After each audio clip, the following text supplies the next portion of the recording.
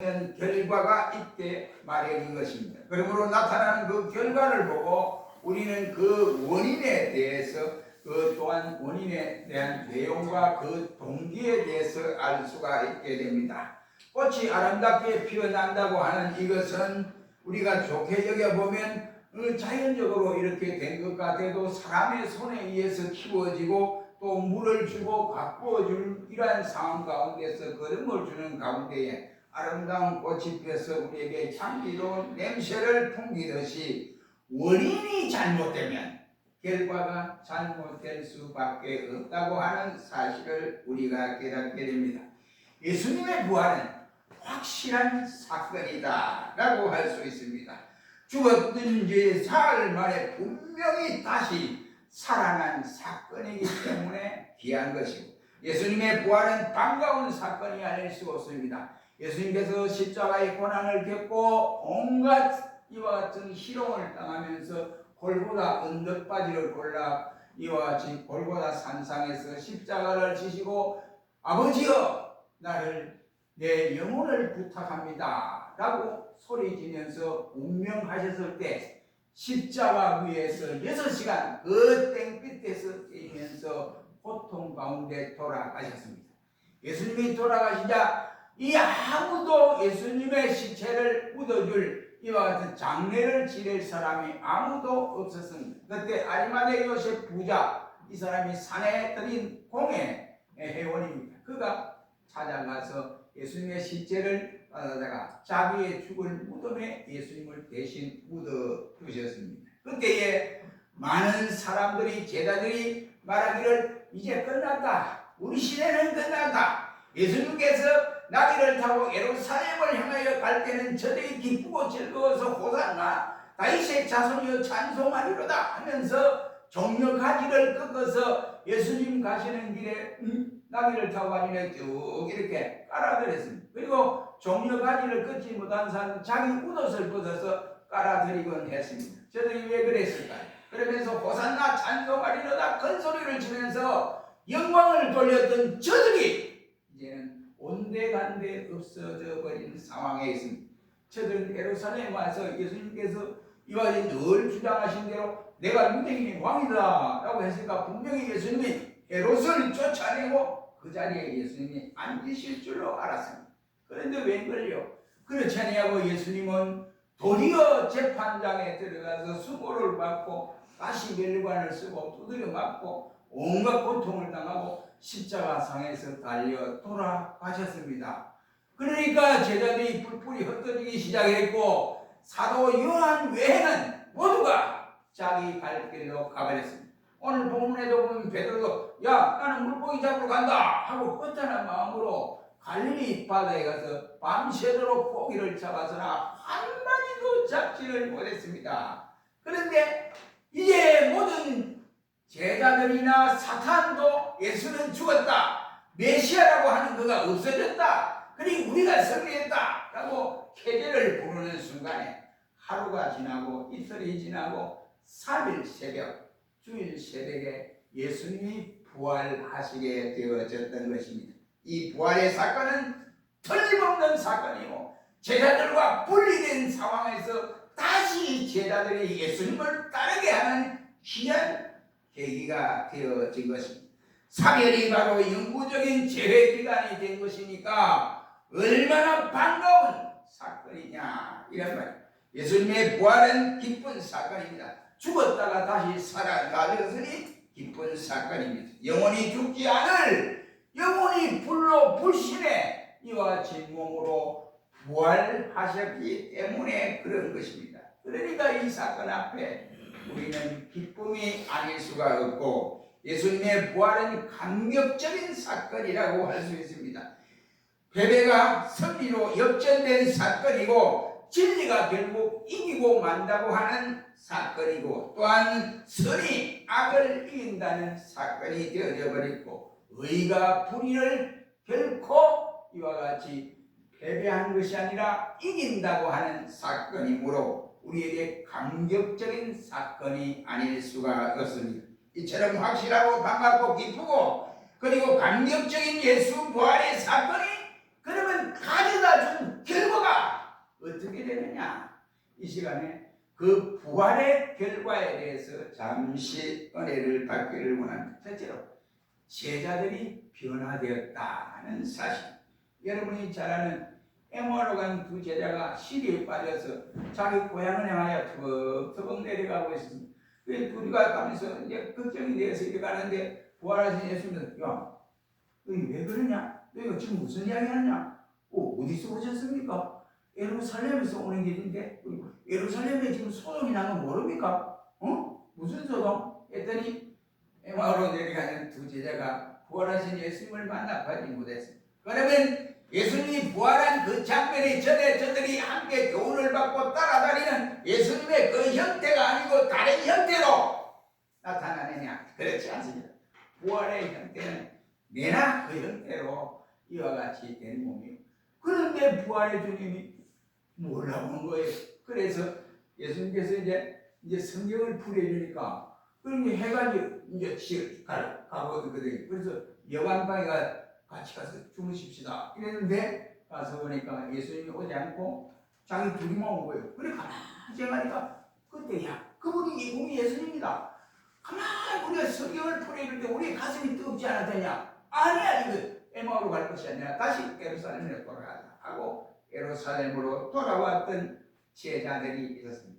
그리고 베드로를 위시해서 고기 잡으러 가고 자기 갈 길로 다 가버린 이 제자들이 예수님 부활을 통해서 변함을 받게 되었습니다. 사도행서에 보면 저들이 비겁하던 제자가 용감하게 되어졌다라고 말씀을 하고 있습니다. 저들이 예수님 죽음 때문에 각각 저들이 제갈 길로 가버렸지만 그러나 저들이 이와 비겁하게 이와 같이 되었던 저들이 예수님이 부활했다는 이 사건을 확신하고부터는 도리어 저들은 다시 힘을 얻어 낙심 가운데서 힘있게 능력있게 감당할 수 있었고 용기와 희망, 확률을 가지고 쓰러졌던 자리에서 재기할 수가 있게 되었습니다. 이것은 무슨 까닭입니까? 단지 죽었던 예수님이 부활했기 때문에 그렇습니다. 예수님의 이 부활은 제자들, 비겁한 제자들에게 변화를 시켜주어서 용기와 확신을 가지게 하고 담대함을 얻게 했다라고 하는 사실.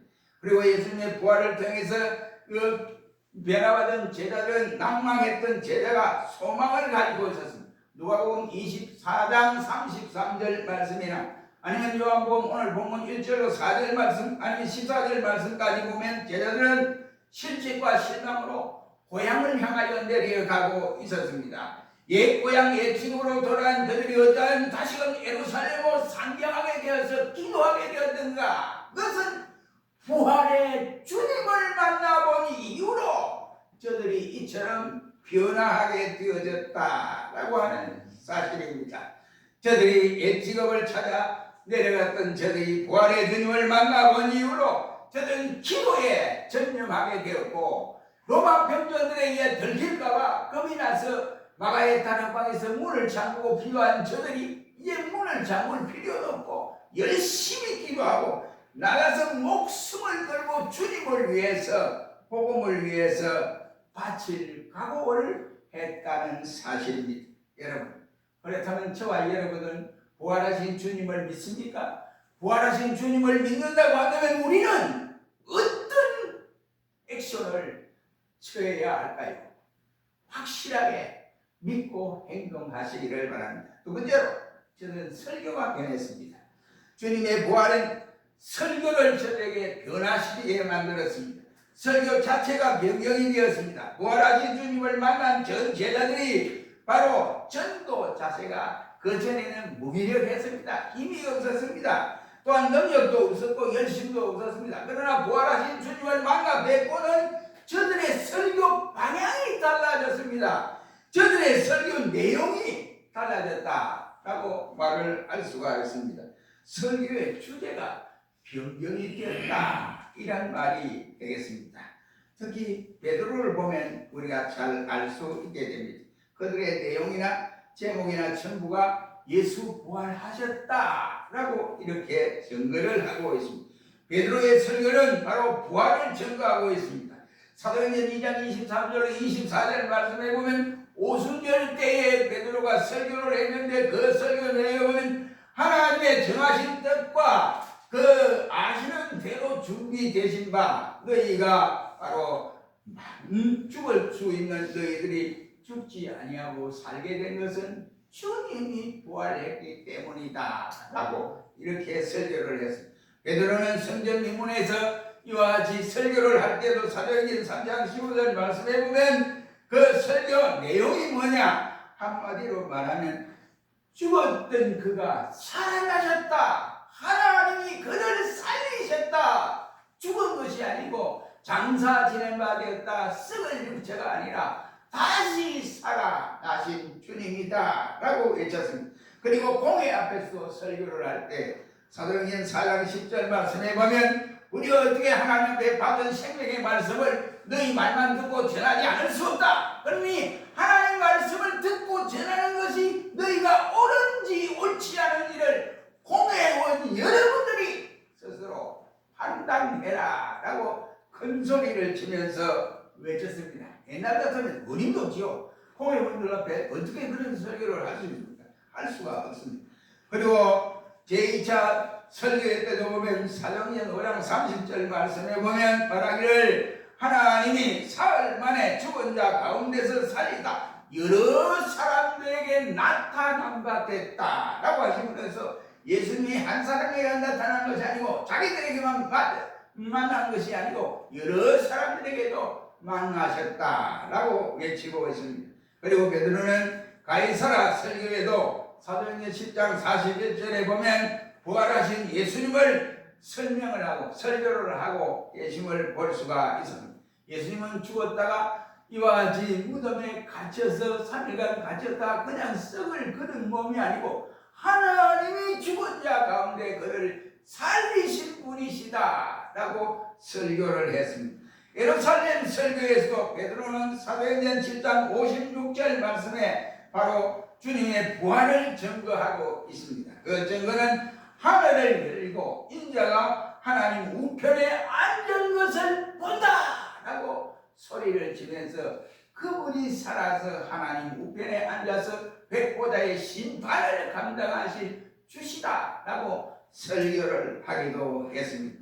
그리고 우리가 잘 아는 사도 바울도 이와 같이 설교를 할 때 누누이 예수님 부활에 대해서 설교를 하면서 사도행전 13장 21절이나 30절 말씀에 보면 하나님이 죽은 자 가운데서 저 살리신 예수라고 이와 같이 말씀을 하고 고린도서 15장에는 예수님의 부활이 없었다면 예수쟁이는 전부 거짓말쟁이고 또 예수쟁이는 가장 허탄한 사람이고 아무런 수고도 없이 수고만 하고 헌금을 하고 이렇게 했던 모든 것이 헛수고니까 모든 것이 헛수고나 그러나 예수님이 부활하심으로 그것이 헛수고가 아니다 라고 외쳤던 것을 볼 수가 있습니다. 이처럼 예수님의 부활은 저들의 설교의 제목을 변경시켜서 설교를 하게 했습니다. 여러분 보고 증거하는 것 그리고 힘있고 확신 가지고 증거하는 설교였다 이런 말. 우리도 부활의 확신을 가지지 못하면 어디 가도 담대함을 가질 수가 없습니다. 어렵고 힘든 이와 같은 세상 가운데서 이러한 부활의 확신을 가지고 살아가는 나와 여러분들이 될 수 있기를 바라고 예수님의 부활의 결과 교회가 신약 교회가 세워졌음을 볼 수가 있습니다. 구약시대는 성전이라고 했습니다. 회당이라고 했습니다. 그러므로 예수님께서 십자가에서 달려 돌아가시고 부활하심으로 말미암아 이 회당 성전이 없어졌습니다. 구약에는 그래서 예루살렘이라고 하는 본 성당을 만들어 놓고 이 성전에서 저 시골 구석에 있는 사람도 1년에 한 번씩 유월절을 지키기 위해서 몇 날 며칠 이와 같이 걸어서 올라왔습니다. 올라오는데 짐승을 가지고 올라오니까 양을 가지고 끌고 오니까 양이 그 먼 거리에 오다 이 쪽발이 다쳐서 피가 나서 안 돼요. 이게 안 되는 거예요. 그러니까 온전한 제물이 안 되는 거예요. 그러니까 이렇게 되니까 저 사람들이 생각하는 것이 야 이래서 안 되겠구나. 우리가 성전 내에서 이와 같이 제물을 팔자. 그러면 온전한 제물을 드릴 수 있지 않겠느냐 하고 이렇게 하다가 그것이 분에 관계되니까 타락하게 되는 모습을 볼 수가 있겠습니다. 그래서 예수님 부활 사건을 통해서 구약의 성소와 성전이 폐쇄되어지고 어느 곳에든지 우리가 부활의 신앙을 가지고 하나님 앞에 예배할 수가 있게 되어졌다 이 말이에요.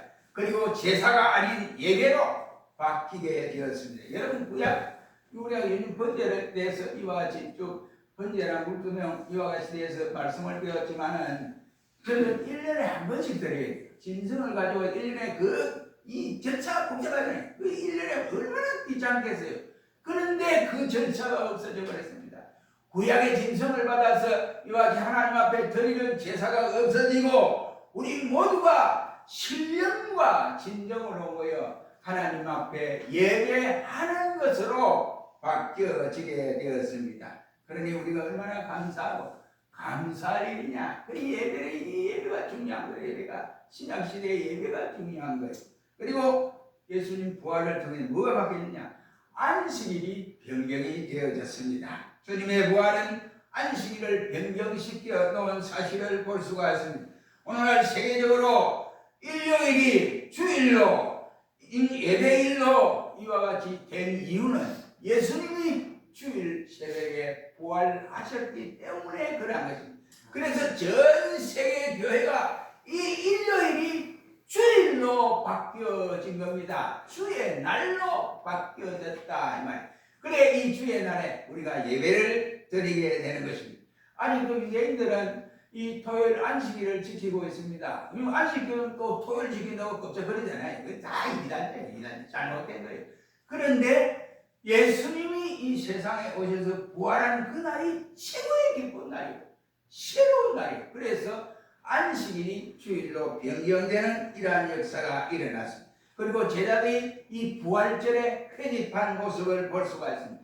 요한복음 20장 19절 말씀에 보면 이날 곧 안식 후 첫날 저녁 때에 제자들이 유대인을 두려워하여 모인 곳에 문을 닫았더니 예수께서 오사라고 말씀을 하고 있습니다. 요한복음 20장 26절은 8개를 지나 제자들이 다시 집안에 있을 때에 예수께서 오사라고 말씀을 합니다. 제자들은 주님의 부활하신 날을 특별히 존중하게 여겨서 저들끼리 회집을 했습니다. 이 회집한 날이 부활의 날 주일이다. 그러니까 주일에 주인이 사람이 아니고 인간이 아니고 주님 자신이기 때문에 이 주일이 귀한 것입니다. 그렇다고 해서 이 주일이 어떤 것이냐? 바로 이 주일이 월요일보다 더 귀하고 화요일보다 더 좋고 그런 게 아니에요.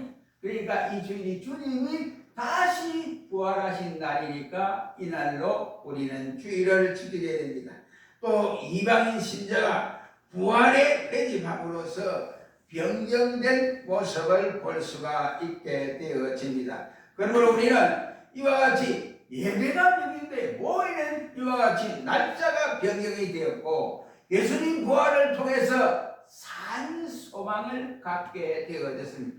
베드로는 말하기를 베드로전서 1장 3절 말씀에 예수 그리스도의 죽은 자 가운데서 부활하심으로 말미암아 우리를 거듭나게 하사 산 소망이 있게 하셨다라고 말씀을 하고 있습니다. 베드로는 예수 그리스도의 부활의 결과로 성도들에게 산 소망을 가져다 주었다라고 설파를 하고 있습니다. 예수께서 부활하신 결과 어떤 소망이 성도에게 주어진 것입니까? 그것은 영원히 사는 소망을 저와 여러분들이 받았다. 약속을 받았다. 오늘 보면 요한복음 11장 25절 말씀에 나는 부활이요 생명이니 나를 믿는 자는 죽어서 나를 믿는 자는 살아서 나를 믿는 자는 영원히 죽지 아니하리라. 물어 살아서 나를 믿는 자 물어 죽어서 살아서 나를 믿는 자는 영원히 죽지 않는 부활의 신앙을 우리에게 안겨주었다. 죽었다가 살아난 사람들이 구약에도 있고 신약에도 있습니다. 구약에는 특별히 누가 그랬느냐? 수레 병인의 아들 외아들이 죽었습니다. 그래서 엘리사에게 찾아와가지고 우리 아들이 죽었습니다. 어찌하면 좋을 거요? 나 어찌 살 거요? 이렇게 할 때 그래 알았다. 네 아들이 있는 곳에 가보자. 그래서 엘리사가 그 아들을 살려준 일이 있습니다. 그리고 예수님의 친구라고 하는 나사로가 죽었을 때 썩어서 냄새가 난다라고 했습니다. 그래서 예수님이 그 무덤에 가서 굴려라, 무덤 문을 굴려내라, 돌을 굴려내라 하고는 냄새나는 나사로를 향하여 나사로야 일어나라 했더니 나사로가 수건을 통인 채로 벌떡 일어났더라 했습니다. 그때 예수님이 불어주어라 라고 했습니다. 나사로 살았고 수냄 여인의 아들도 살았습니다. 그 외에 많은 사람들이 산 사람들이 있습니다. 그러나 그 산 사람들은 모두가 영원히 산 것이 아니라 잠시 살았다가 또 질고에 의해서 죽을 수밖에 없었던 사람이지만 이 부활의 신앙을 가진, 부활의 산소망을 가진 사람은 죽지 아니하는 영원한 이와 같은 영생의 사람이 되어진다는 말이 되겠습니다.